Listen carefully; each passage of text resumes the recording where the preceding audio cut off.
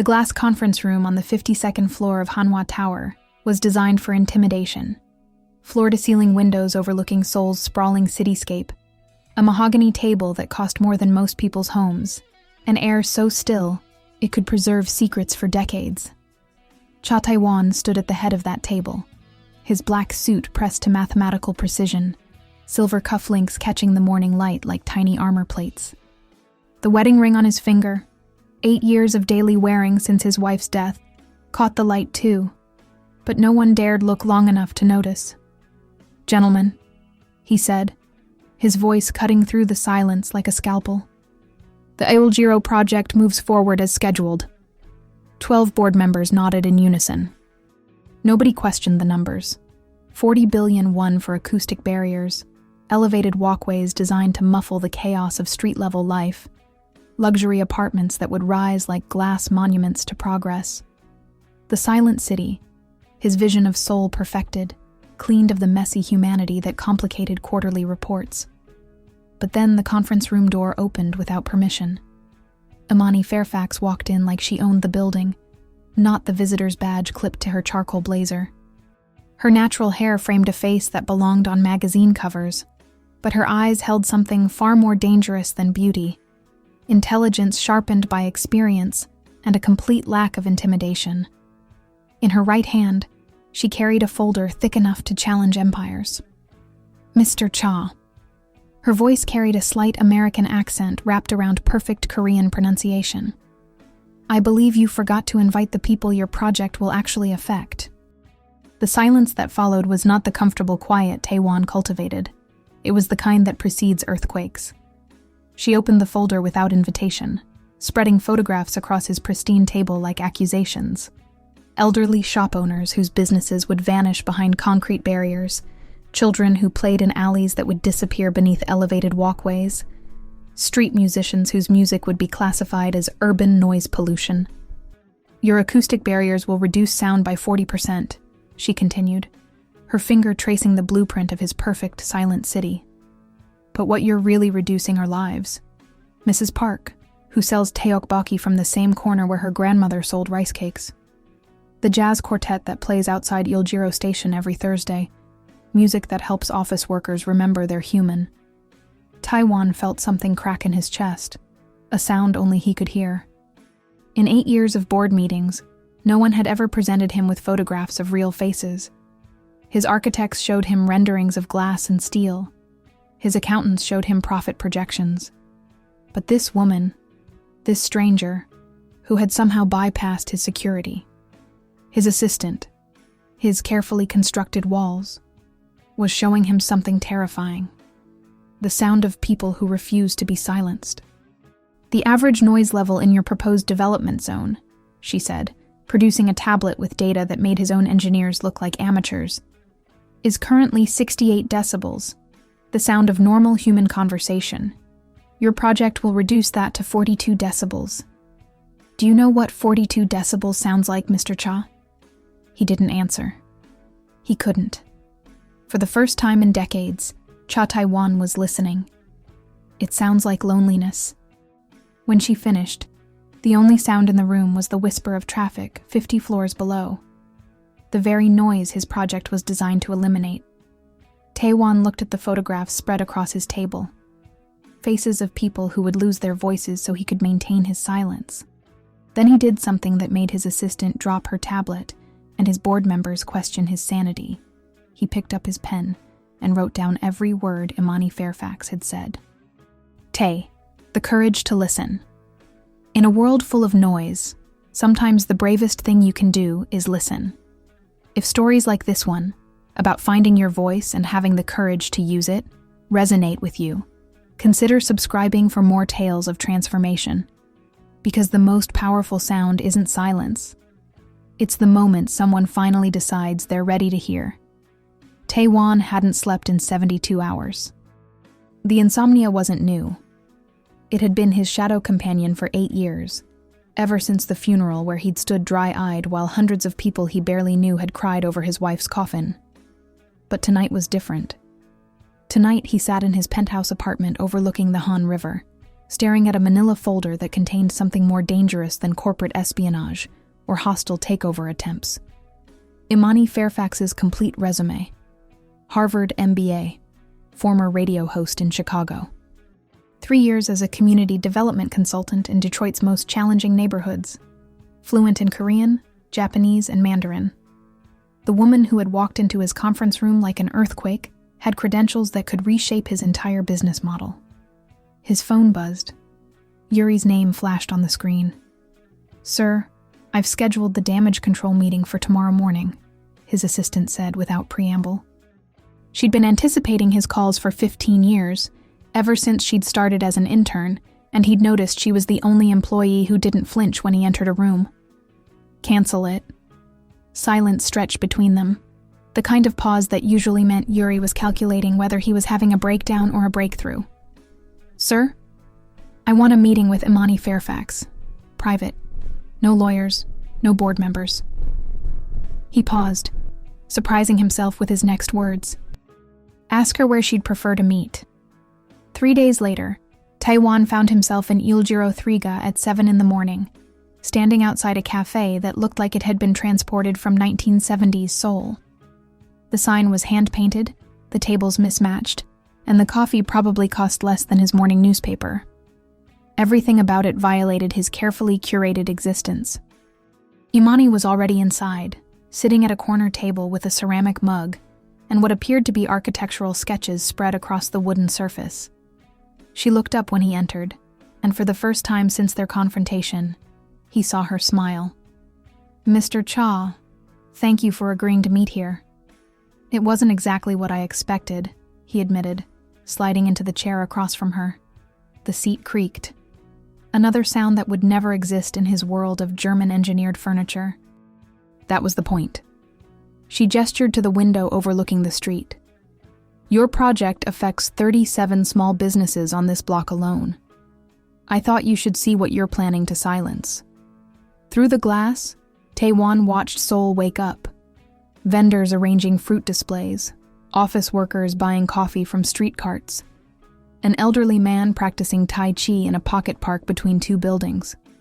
The chaos of human commerce that his elevated walkways would organize, his acoustic barriers would muffle, his vision of progress would perfect.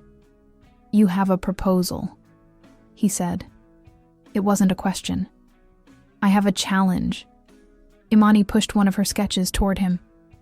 It showed the same Iljiro district, but instead of elevated walkways, there were community plazas. Instead of acoustic barriers, there were pocket parks with built-in sound dampening through strategic landscaping. What if your silent city actually listened?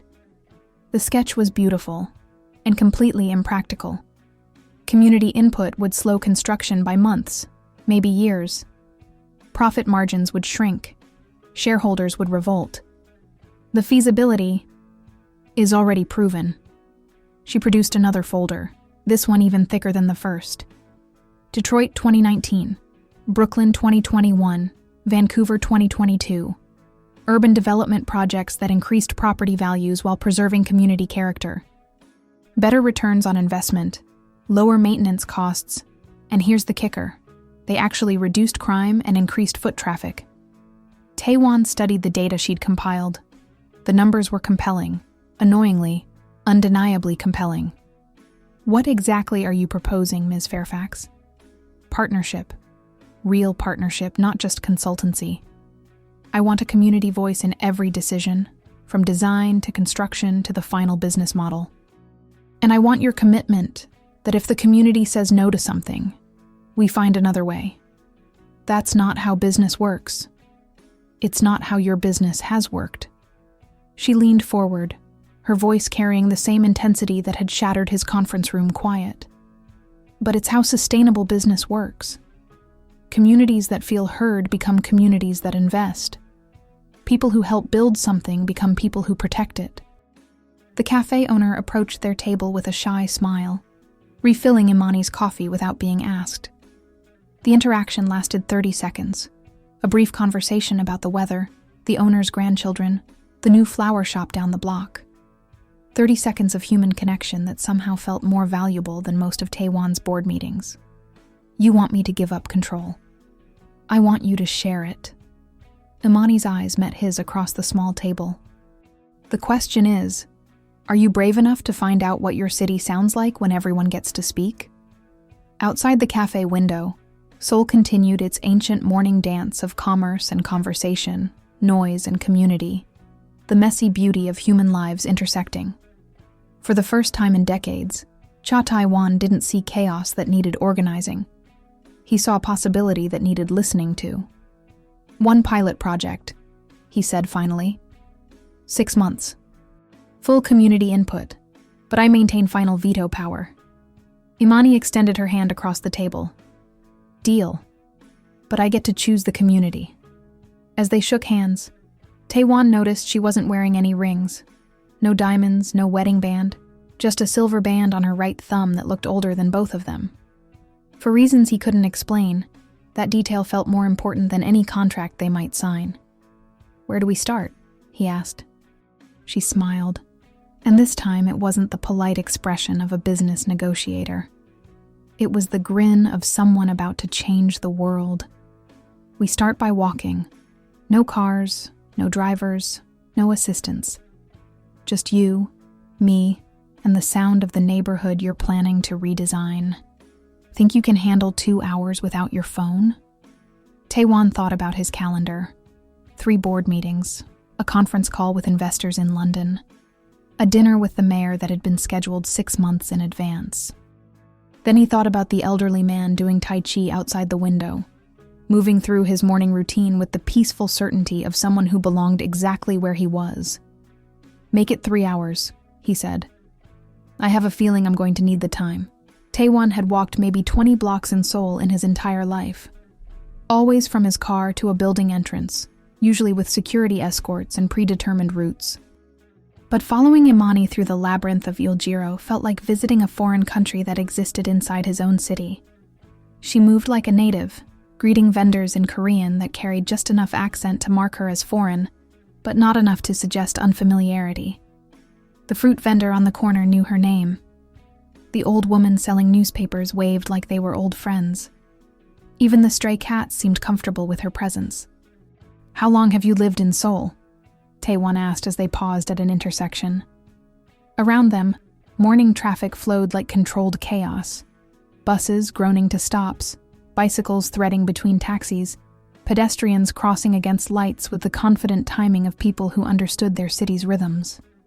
3 years, Imani replied, then corrected herself. 3 years officially.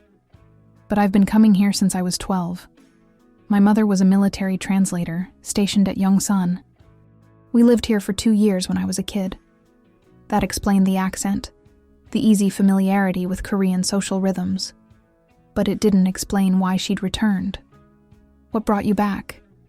She was quiet for half a block, long enough for Taewon to wonder if she'd heard the question. When she finally spoke, her voice carried something he rarely encountered in business conversations. Genuine vulnerability. Radio. I used to host a morning show in Chicago. Community voices, local politics, that kind of thing. But after my divorce, she paused, then seemed to make a decision about how much to reveal.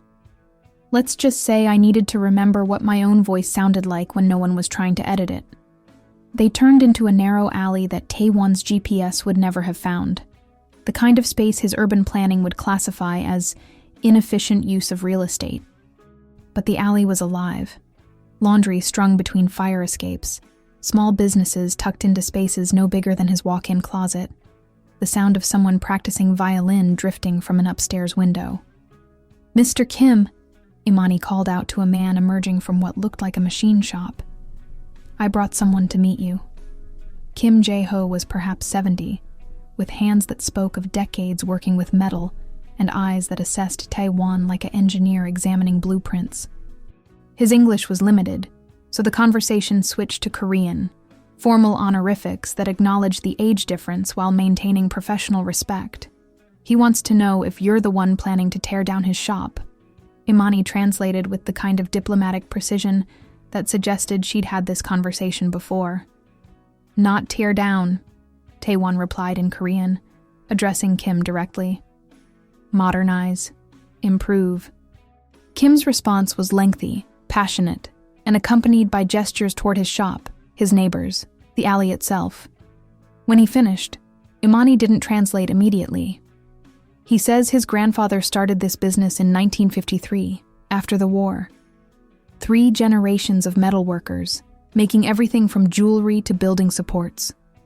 He's asking what happens to 3 generations of skill when you build over it.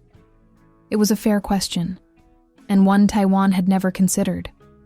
His development models accounted for relocation costs, fair market compensation, job training programs. But they didn't account for the loss of institutional memory, the breaking of connections between generations of craftsmen. "Ask him to show me what he makes," Taewon said. The next hour disappeared like morning mist. Kim's shop was impossibly cramped by modern standards, but watching him work was like watching art emerge from chaos. Delicate silver earrings took shape under his hands, then custom brackets for construction projects, then a small metal sculpture that belonged in a gallery. "The noise level in here," Taewon observed, "must be well above city regulations." Kim nodded, pointing to the sound-dampening materials he'd installed. Old carpet hung on the walls, rubber mats under heavy equipment, even sound-absorbing panels fashioned from egg cartons and fabric scraps. The improvised acoustic treatment was more effective than some professional installations Taewon had seen. "He's an engineer," Imani said quietly. "They all are, in their own ways. 50 years of solving problems with limited resources, minimal space, maximum creativity. Your acoustic barriers might reduce noise, but they'll also eliminate solutions you never thought to look for." They visited 6 more businesses that morning. A boarding house where construction workers rented rooms by the week, a cafe that doubled as an informal community center, a seamstress who specialized in custom alterations for Seoul's growing population of foreign professionals. Each stop revealed layers of complexity that Taiwan's planners had never mapped. The boarding house owner showed them sound-dampening curtains that allowed shift workers to sleep during daytime hours. The cafe had created quiet zones for studying and conversation zones for community meetings, managing multiple acoustic environments within a single small space. The seamstress had developed a system of fabric acoustics that turned her shop into a pocket of calm in the middle of urban noise. By noon, Taewon's carefully polished shoes were dusty, and his usual rigid posture had relaxed into something approaching normal human movement. More surprisingly, the low-level anxiety that had shadowed him for years, the constant awareness of phone calls he should be taking, meetings he should be attending, decisions that couldn't wait, had faded to a whisper. "You're different when you listen," Imani observed as they climbed the stairs to the rooftop of a 5-story building. "Your shoulders drop. Your voice changes." The rooftop was another revelation, a tiny urban garden maintained by building residents, complete with vegetables, herbs, and a small seating area that offered an unexpected view of Seoul's skyline. From here, the city looked less like a collection of problems requiring solutions and more like a living organism adapting to change. "My wife used to say that," Taewon admitted. The words surprised him. He rarely mentioned her, even in his own thoughts. "She said I had 2 voices, the one I used in boardrooms, and the one I used when I was actually present. What happened to the second voice?" The question hung in the air between them like incense, heavy with implications neither of them was quite ready to explore. Below them, Seoul hummed with 1,000 sounds of human activity. Traffic and conversation, construction and music, the acoustic fingerprint of 8 million people learning to live together. "I think I forgot it existed," Taewon said finally. Imani pulled out her phone and handed him one of her earbuds. "Listen to this." The recording was scratchy, amateur, clearly made on basic equipment. But the voices were clear. Residents of this neighborhood discussing the development project, their hopes and fears rendered in intimate detail. An elderly woman worried about losing the market where she'd shopped for 30 years. A young father celebrated the possibility of better schools. A small business owner wondered if community input was real or just another euphemism for decisions already made. "When did you record this?" "Last week," After your first announcement, before our meeting. Imani retrieved the earbud, but the voices seemed to linger in the air around them. They're not opposed to change, Mr. Cha. They're afraid of being erased by it. From the rooftop, Taewon could see the entire Yuljiro district spread out like a detailed map. The narrow alleys that connected to wide boulevards, the way small businesses clustered around transit stops, the organic flow of pedestrian traffic that had developed over decades of daily use. His original plans would have imposed grid logic on this organic growth, but now he could see what would be lost in the translation. The pilot project, he said. I want it to be this block. This exact block with these specific businesses. That's going to complicate your design process. Good, Taewon replied, surprising himself again. I'm beginning to think complicated is just another word for interesting. As they prepared to leave the rooftop, Imani paused at the garden. She picked a single sprig of mint, crushing the leaves between her fingers to release the scent. My grandmother used to say that the most important sound in any conversation is the space between words, she said. That's where people decide whether they trust you. She handed him the mint, their fingers brushing in a contact that lasted maybe 2 seconds, but somehow contained more intimacy than most of Taiwan's conversations in the past 8 years. What do you hear in the spaces between my words? He asked. Imani considered this seriously, as she seemed to consider everything, with the kind of attention that made her conversation partner feel like the only person in the world worth listening to. Loneliness, she said finally, but also possibility, like someone learning to sing again after losing their voice. The metaphor hit closer to truth than Taewon was prepared to acknowledge. But as they descended the stairs, passing through layers of human habitation, families cooking lunch, students practicing music, elderly residents playing cards in a hallway, he found himself listening for something he hadn't sought in years, the sound of his own voice learning to harmonize with the world around it. Cheonggyecheon Stream runs through Seoul like a liquid memory of what the city was before concrete and ambition reshaped its bones. Taewon arrives first, choosing a spot where the walking path dips close enough to the water that you can sit on the stone edge and let your feet cool in the current. He's been meeting with Imani regularly for 3 weeks now, sometimes at community meetings, sometimes walking through neighborhoods, once at a workshop where residents learned to read city budget documents. Each encounter has been professional, purposeful, focused on the project that brought them together. But today's meeting feels different, charged with the kind of potential energy that makes you aware of your pulse. When Imani appears, she's carrying 2 cups of coffee and wearing jeans instead of her usual meeting attire. The casual clothes make her look younger, or maybe just less armored against the world. I brought caffeine, she says, settling beside him on the stone ledge. Fair warning, it's from the convenience store, not one of those fancy places where they weigh the beans and discuss terroir. Convenience store coffee is fine. He accepts the cup, noting how she's careful not to let their fingers touch during the handover. Actually, I can't remember the last time I had convenience store coffee. Really? That's sad, actually. They sit in silence for a few minutes, feet in the surprisingly clear water, watching Seoul's controlled chaos flow past on the walking paths above. Office workers hurry toward lunch meetings. Elderly couples stroll with the deliberate pace of people who've earned the right to take their time. Children dart between parental oversight, like small, delighted fish. I have a proposal for you, Imani says finally, but it's probably going to sound impossible.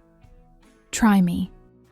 What if we created a community council with actual veto power over the development project?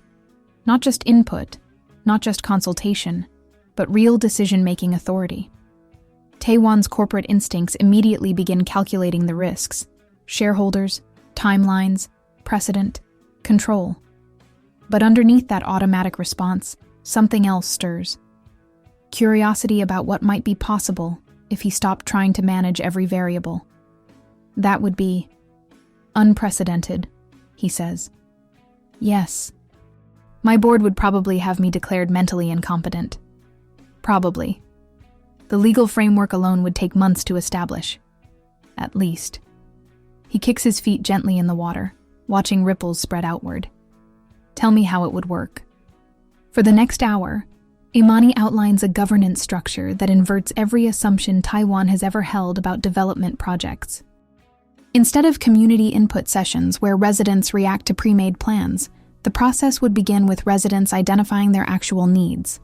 Instead of experts designing solutions and selling them to affected communities, community members would be trained to evaluate technical proposals and advocate for alternatives. It sounds like you're describing participatory democracy, Taewon says. That's exactly what I'm describing. Revolutionary, right? Terrifying, more like. But even as he says it, Taewon feels something he hasn't experienced in years. The intellectual excitement of being genuinely challenged. In his usual world, problems have solutions that can be purchased or implemented. This is messier, more human, less controllable. Can I ask you something personal? He says. Imani tenses slightly. Maybe. What made you choose this kind of work? You could probably make 10 times as much money consulting for corporations. She's quiet for so long that he wonders if he's crossed an invisible boundary. When she finally speaks, her voice is careful, measured. 8 years ago, I was married to someone who was very good at making me feel like my ideas weren't worth hearing. He had a way of asking questions that sounded supportive but were actually designed to undermine my confidence. She pauses, watching the water flow past their feet. It took me 3 years to realize that having your voice systematically dismissed is a form of violence. The admission hangs in the air between them. Taiwan wants to respond, but every potential reply feels inadequate or presumptuous. After the divorce, Imani continues, I promised myself I'd spend the rest of my career making sure other people never have their voices silenced the way mine was. Especially people who don't have the privilege or resources to fight back when someone tries to shut them up. I'm sorry, Taewon says. That must have been isolating. It was. She glances at him sideways. What about you? What made you choose this work? The question catches him off guard. When people ask about his career, they usually want to hear about achievements, acquisitions, strategic victories. They don't ask about choice, as if becoming a CEO was as inevitable as gravity. I don't think I chose it, he says slowly. I think it chose me. After my wife died, work became the only place where I still felt competent, where I could solve problems and see clear results. He kicks the water gently. But competence isn't the same thing as satisfaction, is it? No, it's not. They sit in comfortable silence as afternoon shadows begin to lengthen across the stream. Around them, Seoul continues its relentless motion. But here in this small pocket of flowing water, time feels more forgiving. I have a confession, Taiwan says. I've been thinking about your community council proposal for weeks, even before you brought it up officially. And it scares me. Not the financial risk or the logistics, but he searches for words that don't sound like corporate speak. I've spent the last 8 years building systems that eliminate uncertainty. The idea of deliberately creating space for outcomes I can't control feels like jumping off a cliff. Imani draws her feet up out of the water and turns to face him more directly. What if the cliff isn't as high as you think? What if there's actually ground to stand on? Just ground you can't see from where you are now. Is that a metaphor? Maybe. Or maybe it's just an invitation to try something different. Taewon looks at her. Really looks. There's something in her expression that reminds him of how he used to feel about challenges when he was younger. Before loss taught him that control was safer than curiosity. Okay, he says. Let's do it.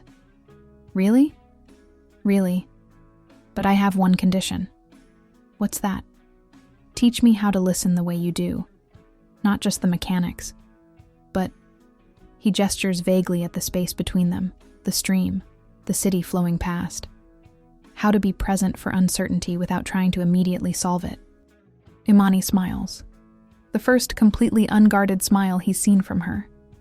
It transforms her face, revealing a warmth that her professional demeanor usually keeps carefully contained. Deal, she says, extending her hand. When he shakes it, Their fingers linger a moment longer than necessary. Neither of them mentions it, but neither pulls away immediately either. For the first time in decades, he asks for something without having bargaining power. And construction sites at dawn have their own particular beauty, the kind that exists in the hour before chaos, when equipment sits quiet and space holds potential rather than noise. Tae-won stands at the edge of what will become Seoul's first community design development, watching the sun paint the existing buildings in shades of gold and possibility.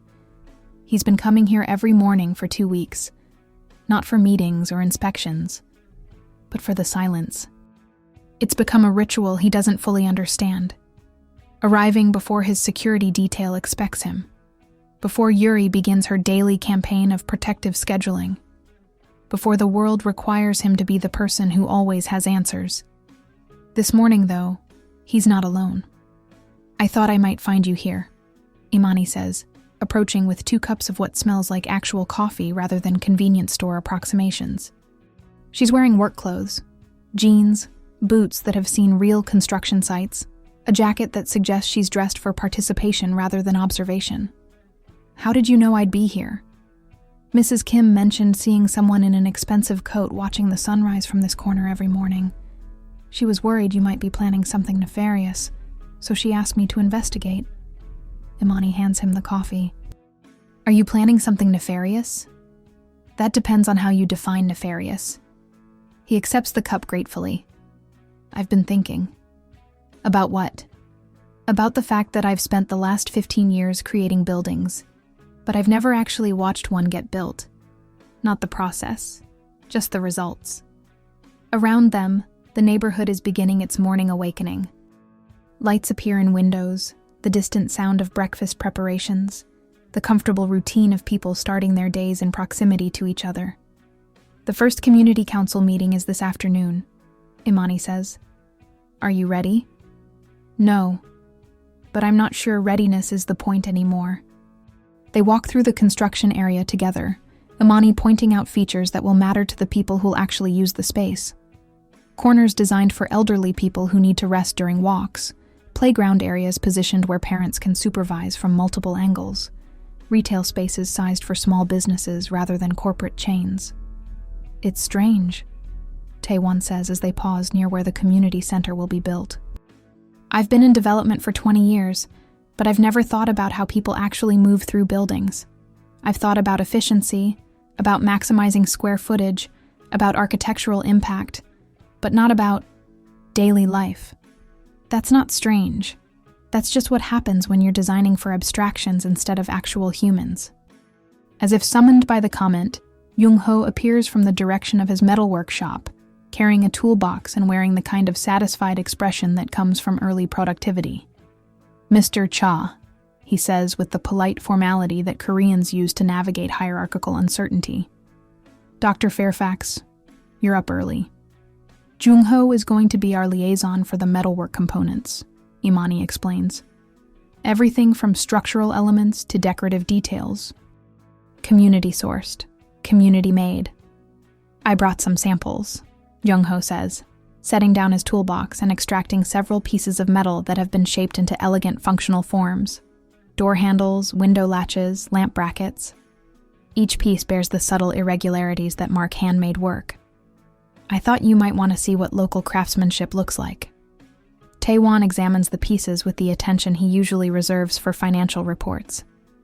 The metal feels warm, somehow more alive than the perfectly manufactured components he's used to specifying for projects. "These are beautiful," he says, and means it. "How long does work like this take?" "Depends on the piece. The door handles, maybe 2 days each if I'm not rushing. The window latches, half a day. But the lamp brackets," Jung-ho grins, "those are art. A week each, maybe more if the design is complex." In Taewon's usual world, time is money, and handmade is inefficient. But holding these pieces, feeling their weight and texture, he begins to understand something about the difference between making things and making things well. What would it cost to outfit the entire project with work like this? He asks. Jung-ho and Imani exchange glances. the quick communication of people who've learned to navigate between idealism and pragmatism. More than your usual suppliers would charge, Jung-ho says carefully, but less than what you'd pay for imported artisan work. And there's something else. What's that? If we do this project, I can hire 3 apprentices, maybe 4. Young people who want to learn the trade, but can't afford the training programs in the city center. Taewon finds himself smiling. A real smile, not the corporate appropriate expression he usually wears in professional situations. It's a strange sensation, this unguarded pleasure in something that doesn't directly benefit him. What's so funny? Imani asks. I'm not laughing. I can't remember the last time someone offered to teach people as part of a business proposal. That's because you've been dealing with businesses that don't think teaching is profitable, Jung-ho says. But community businesses work differently. We succeed when the whole community succeeds. As they walk back toward the main street, Taewon realizes he's been unconsciously matching his pace to theirs, instead of walking with his usual purposeful stride. It's a small change, but it feels significant. Learning to move through the world at a speed that accommodates conversation rather than efficiency. Can I ask you both something? He says, as they reach the corner where their paths will diverge. Sure, Imani says. What do you need from me to make this work? Not the project, I mean the process. The community council, the participatory design. All of it. Jung-ho considers the question seriously. Patience. And trust that we're not trying to take advantage of you, just trying to build something that serves our lives. And from me, Imani asks, honesty about when you don't understand something, and permission to make mistakes without it becoming a crisis. They shake hands, Jung-ho with the firm grip of someone who works with his hands, Imani with the directness that's become familiar and somehow comforting. As Taewon walks back to his car, he catches his reflection in a storefront window and barely recognizes himself. Not because he looks different, but because he's smiling in a way that reaches his eyes. Later, when Yuri asks about his morning, she'll comment that she hasn't seen him look this relaxed in years. But right now, walking through Seoul as it wakes up around him, Taewon is simply enjoying the unfamiliar sensation of looking forward to uncertainty. I haven't seen him like this in 8 years. The restaurant has 6 tables, a handwritten menu that changes based on what's fresh at the market, and a proprietor who clearly believes that good food requires no decoration beyond its own presence. Taewon chose it because Imani mentioned loving places that prioritize substance over atmosphere. But sitting across from her now, he realizes he's more nervous than he's been since his first board presentation 20 years ago. This feels different, Imani says, echoing his own thoughts as she studies the menu. More personal. Is that a problem? I don't know yet. The owner approaches their table with the confidence of someone who's been feeding people well for decades. He recommends the galbi jjim and something called grandmother's secret soup, which apparently changes recipe depending on his mood and the weather.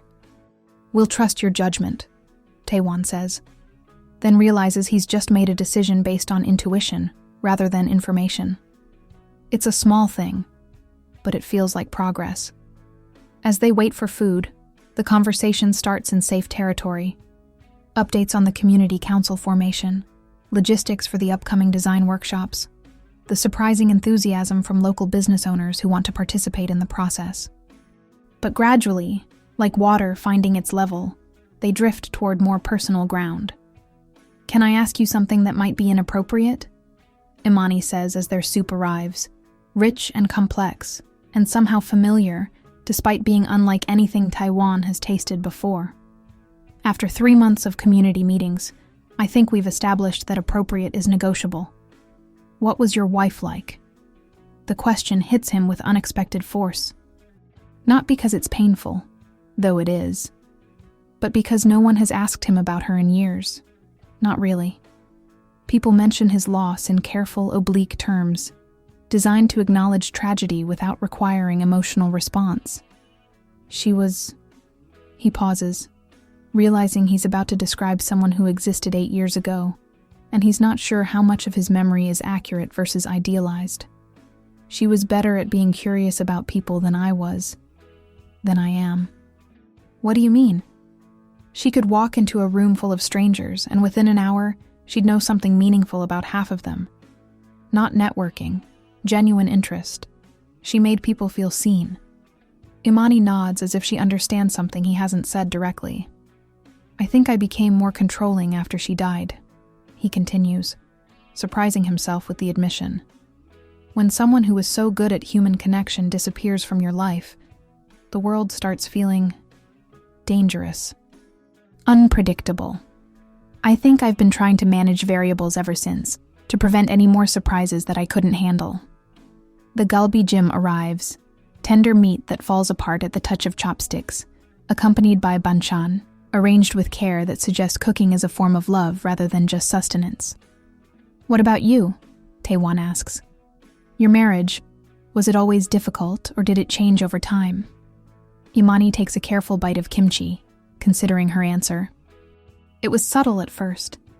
Marcus was very smart, very accomplished, very good at making his opinions sound like objective truth. He had a way of asking questions that seemed supportive, but were actually designed to make me doubt myself. Such as, are you sure you want to pursue that project? It seems like it might be too ambitious for someone at your career stage. Or I'm just wondering if you've thought through all the implications of that decision. I'd hate to see you set yourself up for disappointment. She sets down her chopsticks. After 3 years of that, I stopped trusting my own judgment about almost everything. But you got out. Eventually. My friend Maya basically staged an intervention. She made me keep a journal of every conversation where I felt diminished. And after a month, the pattern was so clear that even I couldn't rationalize it away anymore. They eat in thoughtful silence for several minutes. Around them, the restaurant hums with the quiet satisfaction of people who found a place that feeds more than just hunger. I have a confession, Taewon says as they're finishing the soup. I've been taking anxiety medication for 8 years. Since right after my wife died. Imani looks up, but her expression shows interest rather than surprise. That must have been hard to navigate while running a company. I told myself it was temporary, just until I got through the grief. But 8 years later, he shrugs. I think I've been afraid that if I stopped controlling my emotional responses, I might fall apart completely. Have you talked to anyone about that fear? You mean therapy? He almost laughs. Korean men my age don't exactly have a cultural framework for discussing feelings with professionals. What about discussing feelings with friends? The question stops him short. When did he last have a conversation with someone who wasn't either a subordinate or someone trying to sell him something? I don't think I have friends anymore, he says. And the admission feels more vulnerable than discussing his medication. I have business relationships and family obligations. But friends, that sounds lonely. It is. The owner appears at their table to refill their tea, moving with the unobtrusive efficiency of someone who understands that good service means knowing when to be present and when to be invisible. Can I ask you something else that might be inappropriate? Taewon says. Fair's fair. Are we becoming friends? Or is this something else? Imani meets his eyes directly. I think we're becoming something that doesn't have a simple category yet. Is that terrifying for you too? Completely. They laugh. Real laughter, not the polite sounds that punctuate business conversations. It's the kind of moment that creates intimacy whether you're planning for it or not. As they prepare to leave, dividing the check, despite Taewon's initial protests, he realizes that this dinner has been the first time in years that he's talked about himself without it being in service of some professional objective. Thank you, he says as they stand on the sidewalk outside the restaurant. For what? For asking questions that I needed to answer, even if I didn't know I needed to answer them. Imani buttons her jacket against the evening cool. You know what I noticed tonight? What?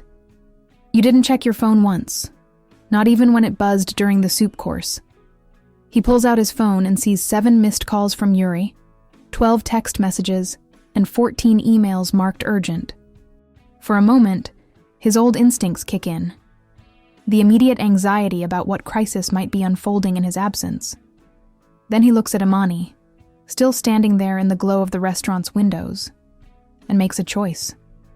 "It can wait until tomorrow," he says, sliding the phone back into his pocket.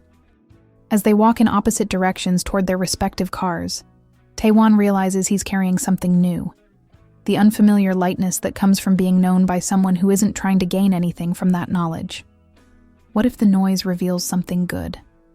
The power outage hit Seoul at 9:17 p.m. on a Tuesday, transforming the city from a constellation of electric ambition into something more ancient and human. Taewon is walking back from his 4th community council meeting when the lights go out, plunging Yuljiro into the kind of darkness that reveals stars usually hidden by urban glow. Emergency lighting kicks in sporadically, battery-powered exit signs, the occasional phone flashlight, the warm flicker of someone lighting candles in a shop window.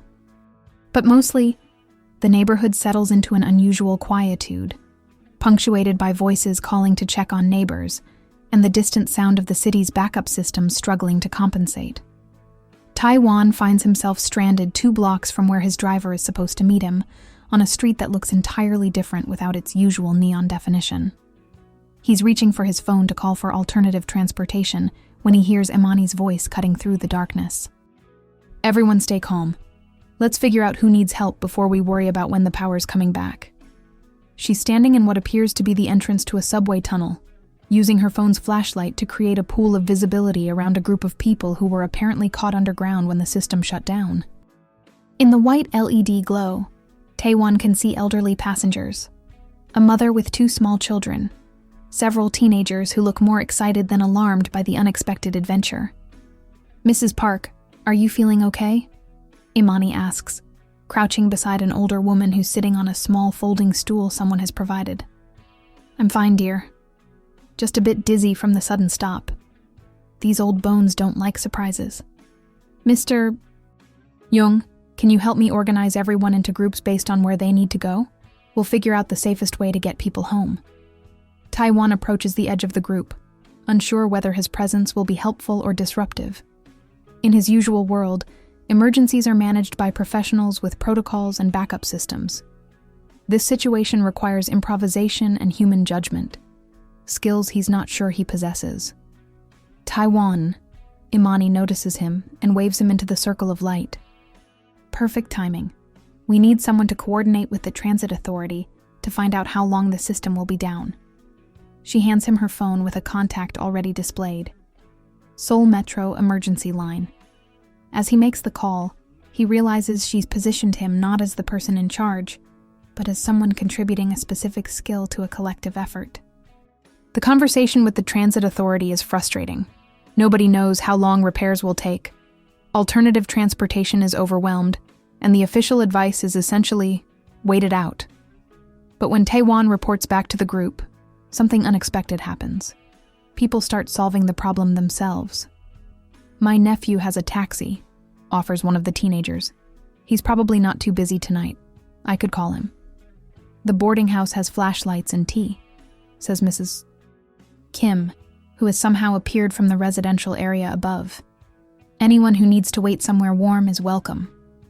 I know all the surface streets between here and Gangnam," adds Young-ho. "I could guide people who want to walk." What emerges over the next hour is an intricate network of mutual aid that operates without central coordination, but with remarkable efficiency. People share phone batteries, food, local knowledge. Children who were initially frightened become excited helpers, carrying messages between groups and providing entertainment for anxious adults. Taewon finds himself assigned to a walking group, 8 people making their way through darkened Seoul, using Young-ho's encyclopedic knowledge of shortcuts and safe routes. As they navigate by smartphone light and occasional street lamps running on backup power, he experiences something he hasn't felt in years: the particular satisfaction that comes from being useful in an immediate, physical way. "You're quieter than usual," Imani says, falling into step beside him as they cross an intersection where traffic lights have been replaced by citizens with flashlights directing cars. "I'm listening." "To what?" "To everything." the way people organize themselves when the usual systems fail, the way you can actually hear the city when there's less electronic noise competing for attention. Around them, Seoul reveals different layers in the darkness. Without neon signs and digital billboards competing for visual space, architectural details become more prominent. Without the constant hum of air conditioning and electronic devices, human voices carry further and feel more intimate. I keep thinking about something, Mrs. Park said back in the tunnel. Taewon continues. What was that? When you asked if she needed anything, she said, I just need to not be alone in the dark. Not a ride home, not medical attention, not even information about when the power would come back. Just community. They walk in comfortable silence for several blocks, part of a loose procession of neighbors helping neighbors navigate an unexpected situation. It strikes Taiwan that this is probably what human communities look like for most of history. People solving immediate problems together rather than waiting for institutional solutions. Can I tell you something? Imani says as they approach the edge of the affected area, where streetlights begin to flicker back to life. Of course. When I first saw you tonight, standing at the edge of our little emergency group, you looked terrified. Not of the blackout, but of not knowing what role to play. That's accurate. But somewhere in the middle of helping Mrs. Kim figure out the bus routes and making sure those teenagers had enough battery power to call their parents. She pauses. You stopped looking terrified and started looking engaged. Taewon considers this observation. She's right. At some point during the evening, his anxiety about being useful transformed into simple presence in the moment. I think I've been so focused on managing big systems that I forgot what it feels like to solve small problems with other people, he says. Tonight felt like permission to be human-sized for a while. Human-sized. Not responsible for outcomes I can't control. Not expected to have answers to questions I don't understand. Just a person helping other people get through something difficult. As they reach the area where power has been restored, the contrast is startling. The familiar Seoul reasserts itself. Bright signs, electronic noise, the visual chaos that usually defines the cityscape. But something has shifted in Taiwan's perception. The lights feel harsher now, the constant stimulation more aggressive. I should probably call my driver, he says, but makes no move toward his phone. Probably. And check the 17 messages Yuri has undoubtedly left about tomorrow's meetings. Undoubtedly.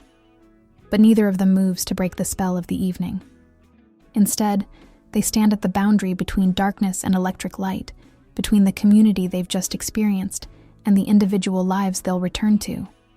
This probably sounds crazy, Taewon says, but I'm almost sorry the power came back on. That doesn't sound crazy at all. When he finally calls his driver, Taewon realizes he's breathing differently. Deeper, more relaxed. For the first time in months, his usual evening anxiety about the next day's challenges is simply absent. As Imani disappears back into the neighborhood to make sure everyone has made it home safely, Taewon stands alone under a streetlight, feeling oddly grateful for the unexpected gift of being lost in the dark with people who knew how to find their way. Min Jun calls, Dad, are you okay? Your voice is different. Holstein. The tabloid hits the internet at 6:43 a.m. with the subtle grace of a sledgehammer. Billionaire's midnight romance. Cha Taewon spotted in secret neighborhood rendezvous with foreign woman. The accompanying photos, grainy but unmistakable, show Taewon and Imani walking together during the blackout, their body language intimate in the way that emergency creates. Taewon discovers the story when Yuri bursts into his office without knocking, tablet clutched like evidence in a criminal case. Her usually perfect composure has cracked, revealing the kind of panic that comes from watching carefully constructed walls collapse in real time. Sir, we need to discuss damage control immediately, she says, her voice pitched higher than usual. The story is trending on 3 social media platforms, and we've received calls from Chosun Ilbo, Jungang Daily, and KBS asking for statements. Taewon takes the tablet and scrolls through the article, which manages to be both breathlessly sensational and coldly calculating. The writer has done their research, Imani's background, the community development project, even quotes from unnamed sources suggesting everything from gold-digging schemes to corporate manipulation. Dr. Fairfax, a 44-year-old divorced American of African descent, has been working closely with Chaw's company on what insiders describe as an unconventional community project, the article reads. Questions arise about the true nature of their professional relationship, especially given Chaw's 8-year period of social withdrawal following his wife's death. The cruel efficiency of the language strikes him. How easily a person's life can be reduced to demographic details and insinuation. How quickly professional collaboration becomes suspicious when it involves a powerful Korean man and a foreign woman who doesn't fit traditional expectations. What's our response strategy? Yuri asks, already pulling up prepared statements on her screen. What would you usually recommend? Standard approach. Deny any personal relationship. Emphasize the professional nature of the collaboration. Possibly suspend the project temporarily to avoid further speculation.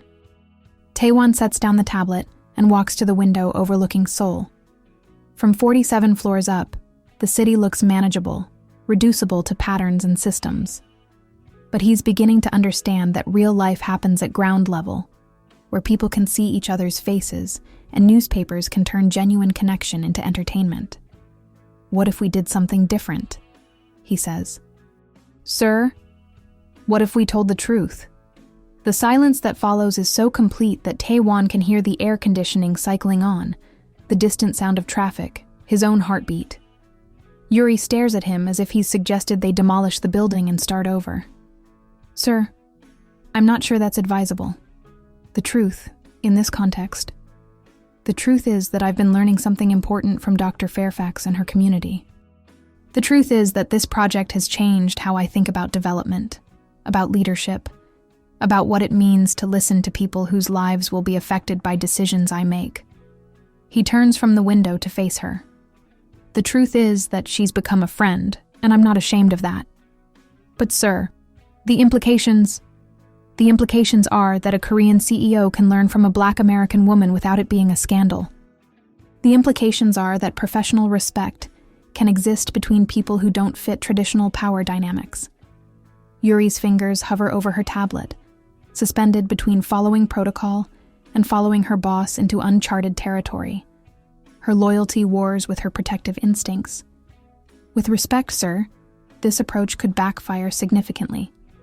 The business community, your board members, even some of your community partners might see this as what? As a sign that I value expertise over ethnicity? That I'm willing to learn from someone who challenges my assumptions? The conversation is interrupted by a call from the front desk. Imani is downstairs, asking to see him. Taewon feels his stomach tighten, not from anxiety, but from the sudden clarity that this moment will define something important about who he chooses to be. Send her up, he tells the receptionist, then turns to Yuri.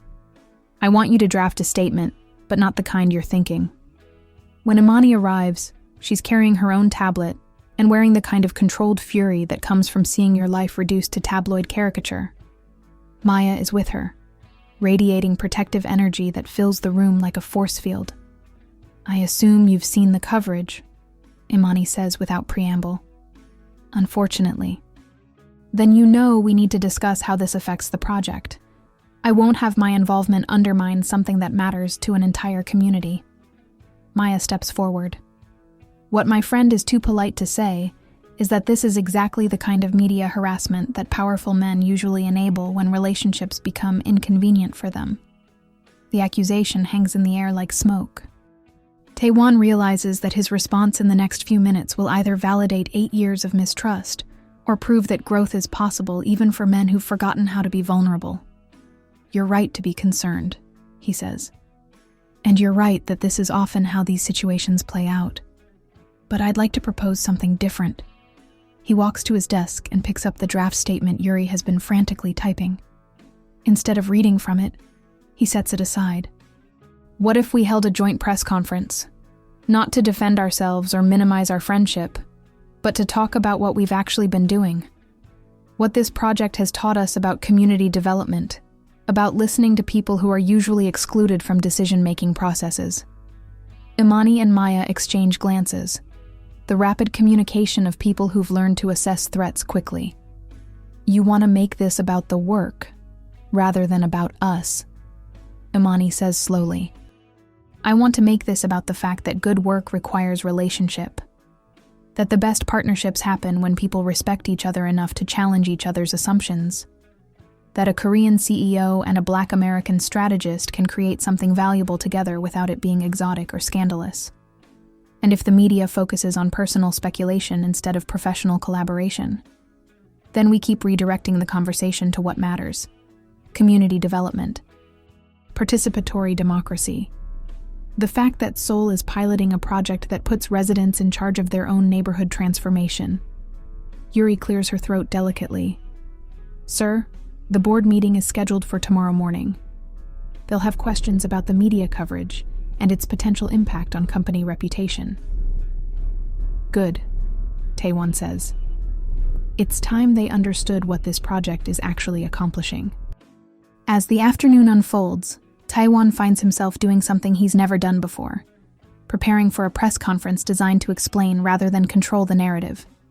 Instead of damage control, he's crafting transparency.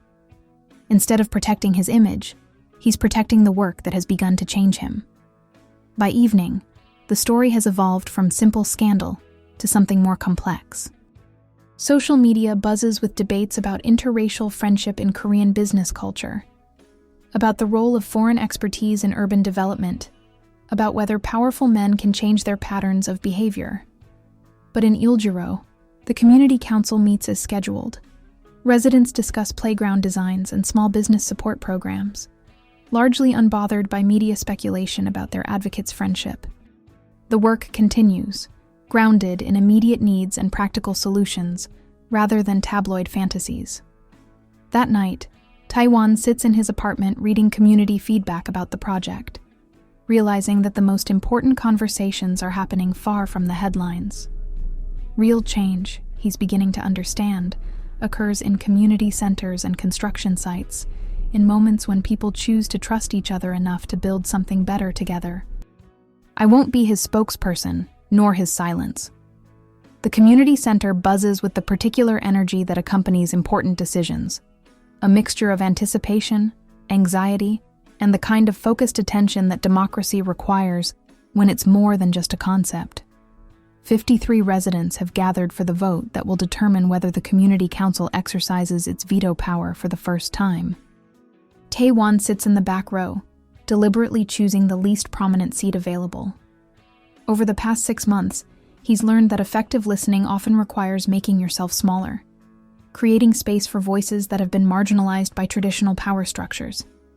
The issue at stake seems deceptively simple: whether to approve a proposal from the city's transportation authority to reroute 2 bus lines through the development area. On paper, it's a reasonable request: better connectivity, increased foot traffic for local businesses, improved accessibility for residents. But the community has discovered complications that didn't appear in the official proposal.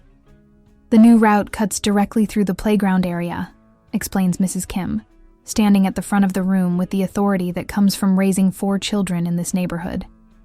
Not around it, through it. They want to sacrifice children's play space for bus efficiency. Young-ho adds context from his perspective as a small business owner. The increased traffic will benefit large retail chains that can afford the rent, increases that follow improved connectivity. But shops like mine, that serve local families, will be priced out within 2 years. Imani facilitates the discussion with the skill Taewon has come to admire. She asks clarifying questions, ensures that quieter voices are heard, prevents any single perspective from dominating the conversation. But tonight, she's also visibly tense. This vote will test whether the community council model can actually work when real interests are at stake. Mr. Cha, calls out a young woman Taewon recognizes from previous meetings. A teacher who lives in one of the boarding houses. You haven't said anything tonight. What's your position on the transportation proposal? The room falls quiet. Everyone understands that this moment crystallizes the power dynamics they've been negotiating for months. Will the developer override community concerns when financial pressures mount? Or has something genuinely changed in how decisions get made? Taewon stands slowly, aware that his response will be scrutinized by residents, by Imani, by Yuri, who sits beside him taking notes with unusual intensity. My position, he says, is that this isn't my decision to make. The simplicity of the statement creates a ripple of surprise through the room. In traditional development projects, the answer would be obvious.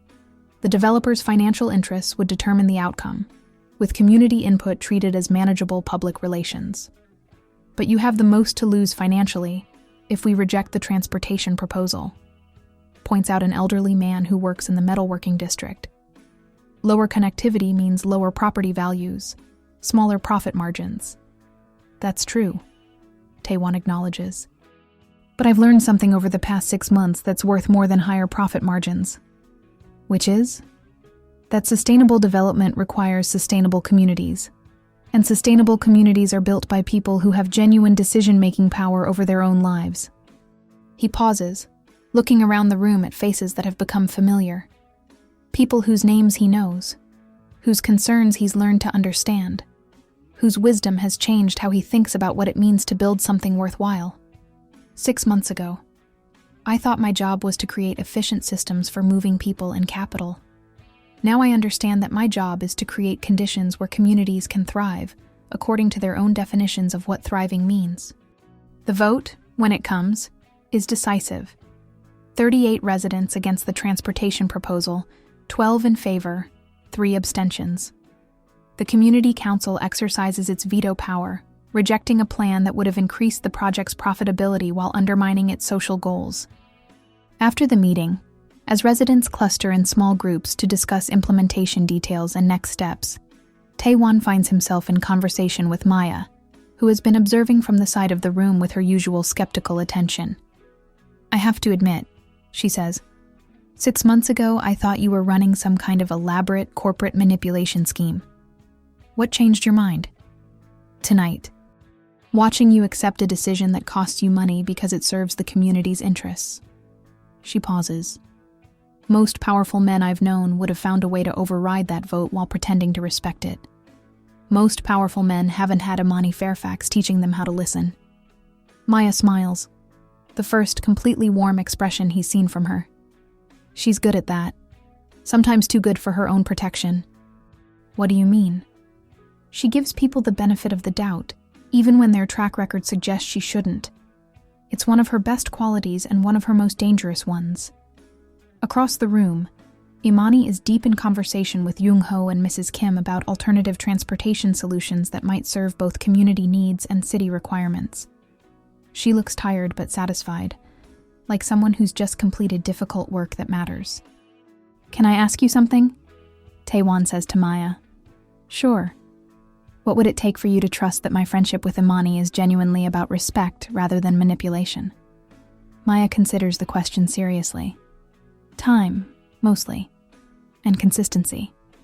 The test isn't how you behave when people are watching, but how you behave when the cameras are off and the community votes against your interests. Like tonight.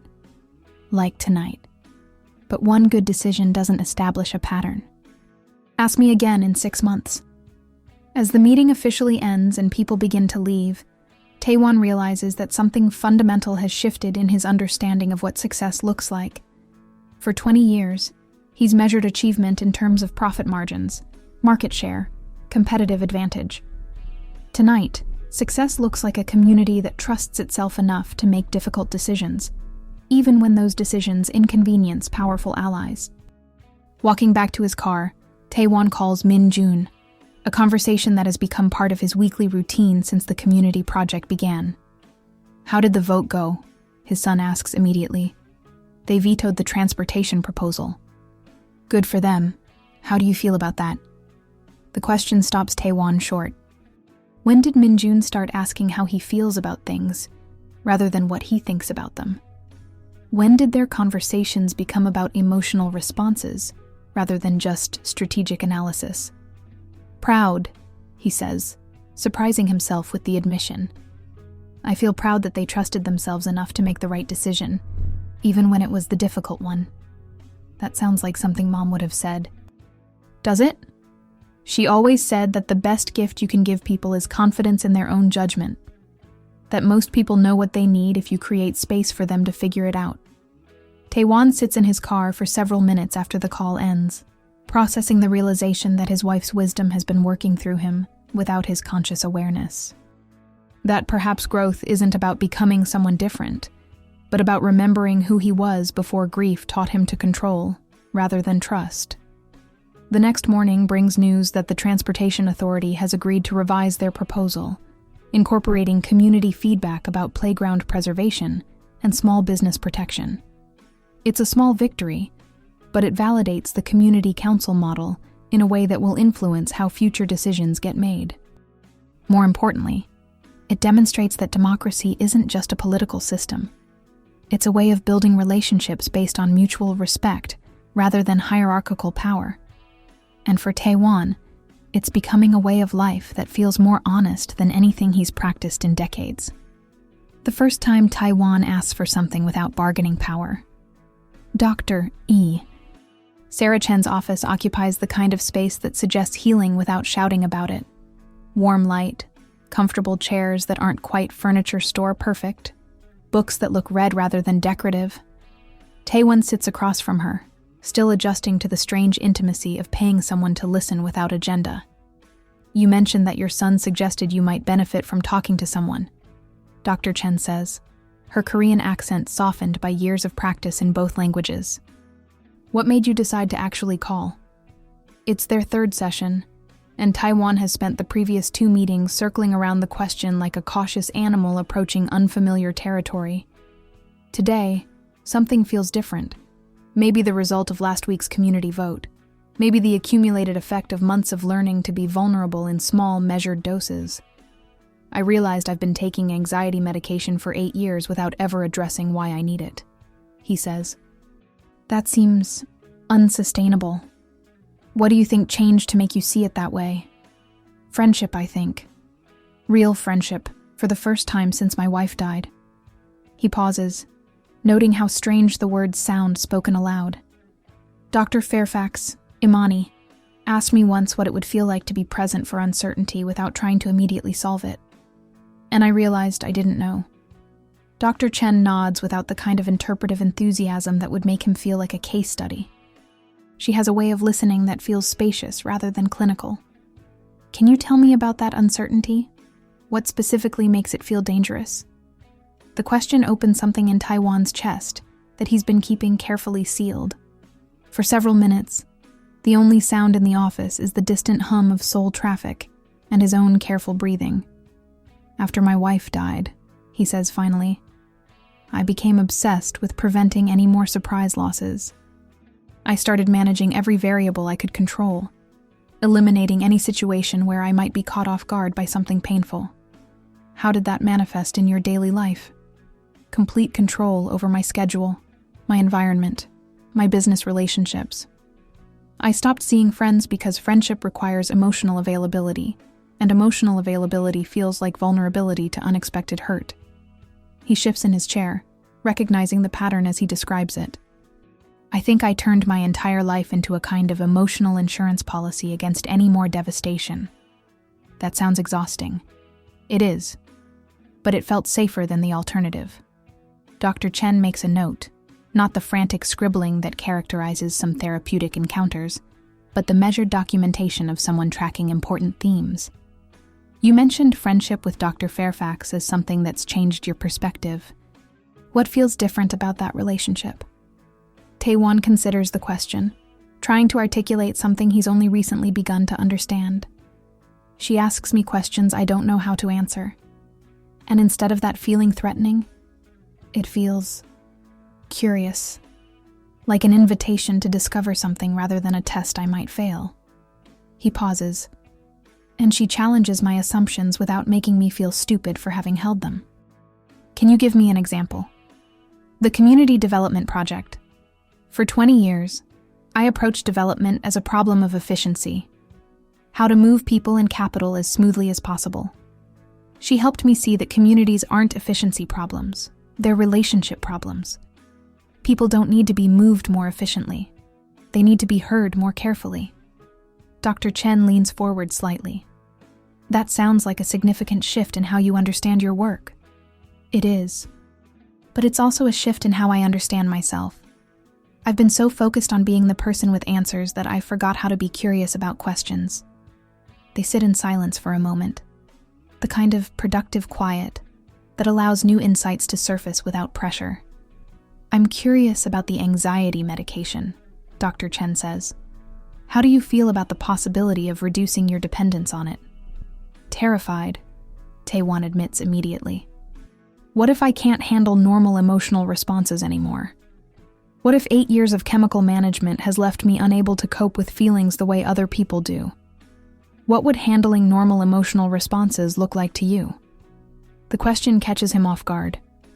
He's been so focused on avoiding difficult emotions that he's never considered what healthy emotional engagement might actually involve.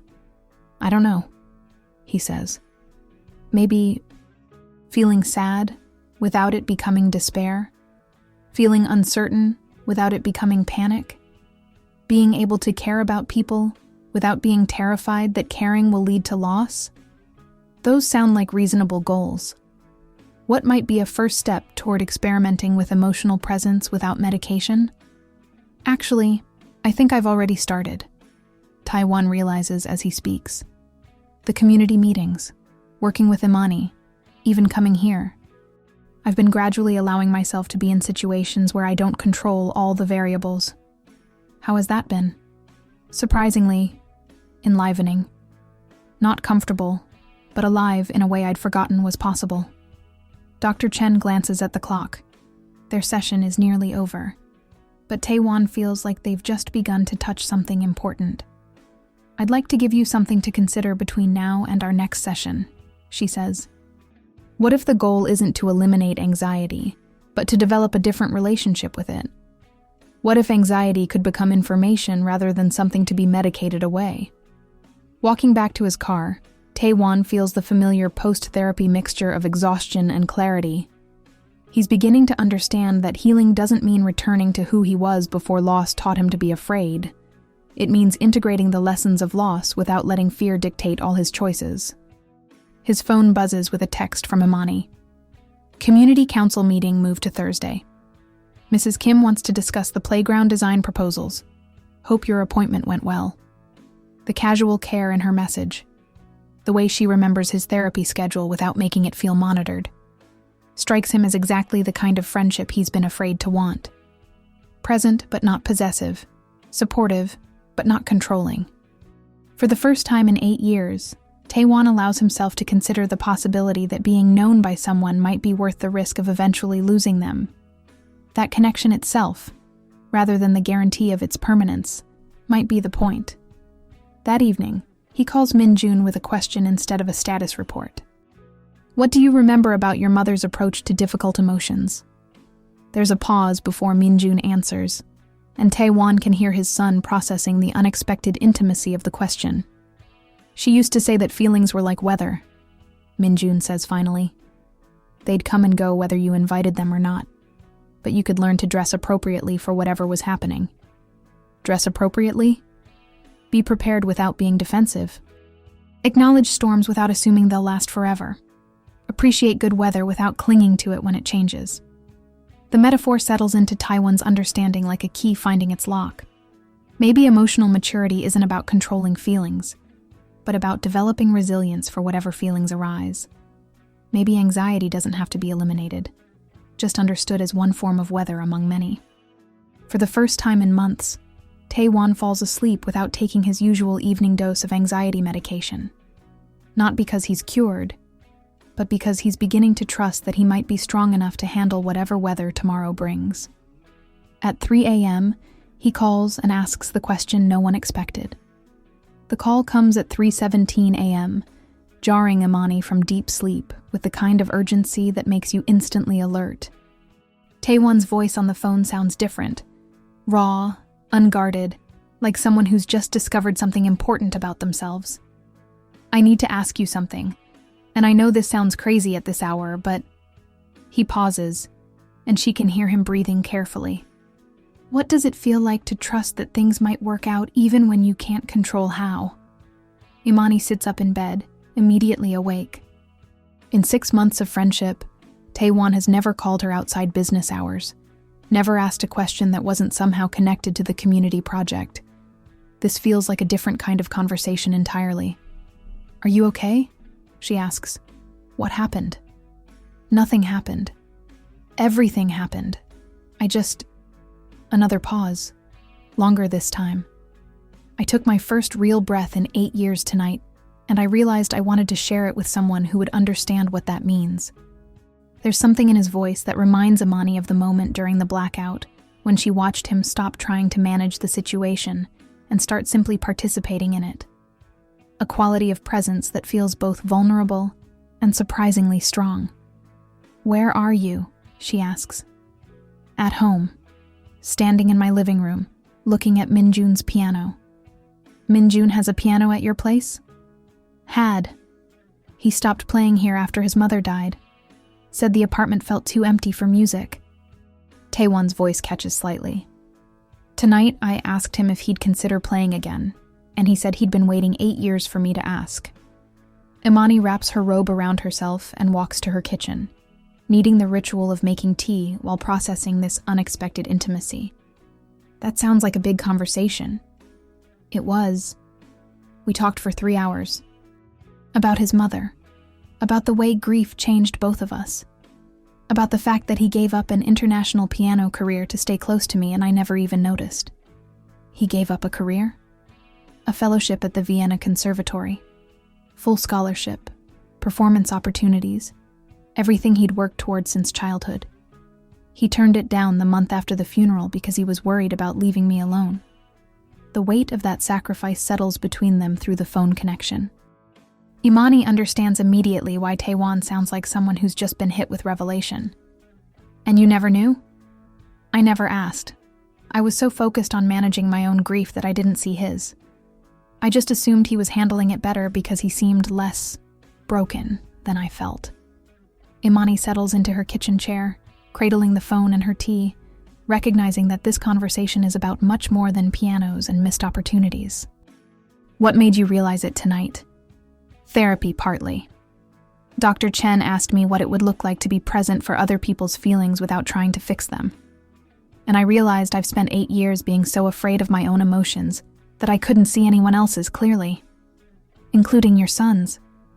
Especially my son's. He's been trying to take care of me all this time, and I thought he was just moving on with his life normally." There's a long pause, and Imani can hear something in the background.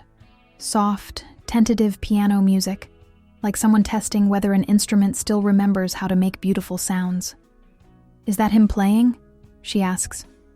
"Chopin, Nocturne in E-flat major. It was his mother's favorite piece." Taewon's voice is thick with emotion he's not trying to hide. "I forgot how music can make a space feel larger instead of emptier." The piano continues in the background, and Imani finds herself crying. Not from sadness, but from the particular joy that comes from witnessing someone's healing in real time. "Taewon?" "Yes?" "Thank you for calling me. Thank you for wanting to share this. I think I'm learning what friendship actually means. Not just professional collaboration or social obligation, but..." He searches for words. "Wanting to include someone in the moments that matter because their presence makes meaning more real. That's exactly what friendship means." They listen to the piano together for several minutes, connected across Seoul by phone lines, and the shared understanding that some moments deserve witnesses. "Can I ask you something now?" Imani says. "Of course." "What changed tonight? What made you ready to have this conversation with Minjun?" Taewon considers the question, and she can hear him moving around his apartment, probably walking, the way he does when he's thinking through something complex. "I think it was the community vote last week. Watching people make a difficult decision that served their collective good rather than individual convenience. Seeing what's possible when people trust each other enough to be honest about what they need." He pauses. I realized I wanted that kind of honesty in my personal relationships too. The piano shifts to something more complex, more confident, as if Min-jun is remembering not just how to play, but how to feel music rather than just execute it. There's something else. Taewon continues. I've been thinking about what you said months ago, about learning to be present for uncertainty. Tonight, for the first time, uncertainty felt like possibility rather than threat. What kind of possibility? The possibility that I might be capable of loving people without trying to control the terms of that love. The possibility that grief doesn't have to be a wall against future connection, but can be a foundation for deeper appreciation of whatever time we have with people we care about. Imani sets down her teacup, overwhelmed by the recognition that she's witnessing someone rebuild their relationship to emotional risk in real time. That sounds like a revolution, she says. It feels like one. Scary and exhilarating and completely necessary. As they say goodbye, Taewon returning to listen to his son play piano, Imani returning to bed with the satisfaction of having shared something important. She realizes that their friendship has become something neither of them planned but both of them needed. The next morning brings news that the community development project has been approved for expansion to 3 additional Seoul neighborhoods based on the success of the participatory democracy model. But more importantly, it brings the sound of piano music drifting from Taewon's apartment for the first time in 8 years. Some healing happens in therapy offices and community meetings. Other healing happens at 3 a.m. when someone trusts you enough to call and share the moment they remember how to breathe. Both kinds matter. Both kinds change the world, one relationship at a time. Sometimes it takes darkness to see the light that was always there. Epilogue: A house with the sound of people. 6 months later, Taewon stands in the completed community center, watching Mrs. Kim teach a cooking class to teenagers who are learning to make kimchi from scratch while arguing about K-pop in 3 different languages. The space buzzes with the particular energy that comes from people using a place for its intended purpose, not the sterile perfection of architectural photography, but the beautiful chaos of actual community life. The acoustics are perfect, Min-jun says, joining his father near the windows that overlook the playground where children are testing the new equipment with the serious dedication of quality control experts. You can hear conversations without feeling like you're eavesdropping, and music carries just enough to be invitation rather than intrusion. The piano in the corner, Min-jun's suggestion, approved unanimously by the community council, gets used daily by residents who range from accomplished classical musicians to children picking out simple melodies with one finger. Right now, an elderly man is playing jazz standards while a group of teenagers wait their turn, comparing techniques on their phones. How are you feeling about the Vienna opportunity? Taewon asks. The conservatory fellowship has been offered again, with terms that would allow Min-jun to spend half his time in Austria and half his time developing music programs in Seoul's community centers. Excited, nervous, grateful that you understand why it matters to me. I'm sorry it took me so long to ask what you needed instead of assuming I knew. Min-jun shrugs with the casual grace of someone who's processed old hurt and found meaning in it. We both had to learn how to have conversations that weren't about managing each other's feelings. That takes time. Across the room, Imani is deep in discussion with Jung-ho and 2 representatives from other neighborhoods who want to implement similar participatory development models. Her voice carries the authority of someone who's learned to trust her own expertise while remaining open to new information. A balance Taewon has come to recognize as the foundation of effective leadership. She's good at this, Min-jun observes, following his father's gaze. She's extraordinary at this. And she's become a good friend. Just a friend? The question carries no judgment, just the gentle curiosity of someone who's watched his father rediscover emotional availability over the course of months. Taewon considers how to answer honestly without oversharing.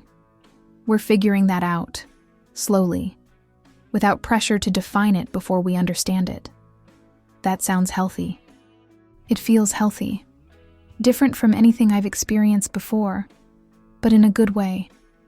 Maya appears beside them, carrying a cup of coffee, and wearing the satisfied expression of someone whose skepticism has been proven unnecessary. I have to admit, she says to Taewon. 6 months ago, I thought you were going to be one of those powerful men who talks a good game about community engagement until it starts costing money. What changed your mind? The veto vote. And watching you go to therapy, and seeing how you treat Imani when you think no one's watching. She pauses. Plus, Young-ho told me you've been learning Korean Sign Language because one of the council members is deaf, and you wanted to communicate with him directly. Taewon shrugs, slightly embarrassed by the observation. The sign language classes had felt like a natural extension of learning to listen, expanding the ways he could receive and respond to communication beyond his usual channels. It seemed like the right thing to do. Most people would have just used an interpreter forever. Most people haven't had Imani Fairfax teaching them that accommodation is a form of respect.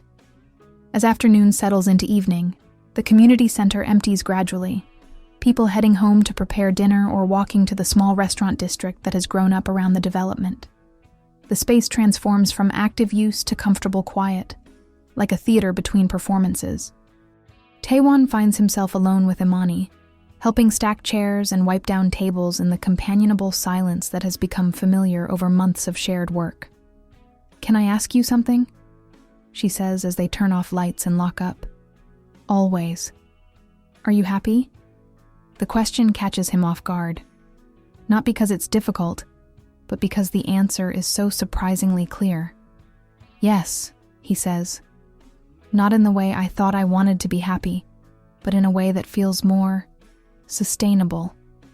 Like happiness that doesn't depend on controlling outcomes or avoiding uncertainty." What does it depend on? Connection, I think. The feeling of being useful to people I care about, in ways that help them become more themselves rather than less. He pauses, considering, and the knowledge that I can handle difficult emotions without being destroyed by them. They walk through the neighborhood together, past the metalworking shops that now employ 6 apprentices, past the boarding house where 3 generations are learning to navigate intergenerational differences with the help of family therapy, past the small park where elderly residents play cards every evening, regardless of weather. "I have a confession," Imani says, as they reach the corner where their paths diverge. "What's that?" "I'm falling in love with you." Not in the desperate way that needs immediate response, just in the steady way that wants you to know. The admission hangs in the evening air, like a gift offered without expectation of reciprocity. Taewon feels his heart respond, not with panic or the need to manage the implications, but with simple gratitude for being trusted with something so valuable. "I'm falling in love with you too," he says, in the way that feels like coming home to a place I didn't know I'd been looking for. They stand facing each other on the sidewalk. 2 people who've learned that love isn't about finding someone who completes you, but about finding someone who encourages you to complete yourself in community with others. "So what happens now?" Imani asks. "Now we keep building things together. Community projects and personal trust and whatever else wants to grow between us." Taewon smiles. No rush, no pressure, just presence for whatever develops. As they say goodbye and head in opposite directions, Seoul settles into its evening rhythms around them. A city of 8 million people, most of whom will never know about the small revolution that's been quietly taking place in one neighborhood, where a billionaire learned to listen, and a community learned to trust that their voices mattered. But revolutions don't require recognition to change the world. They only require people willing to risk relationship, to choose vulnerability over control, to believe that human connection is worth whatever uncertainty it brings. At his apartment that night, Taewon sits at his kitchen table writing notes for tomorrow's meeting with community representatives from 5 other neighborhoods who want to implement similar participatory development models. Min-jun practices piano in the next room, preparing for his audition next month.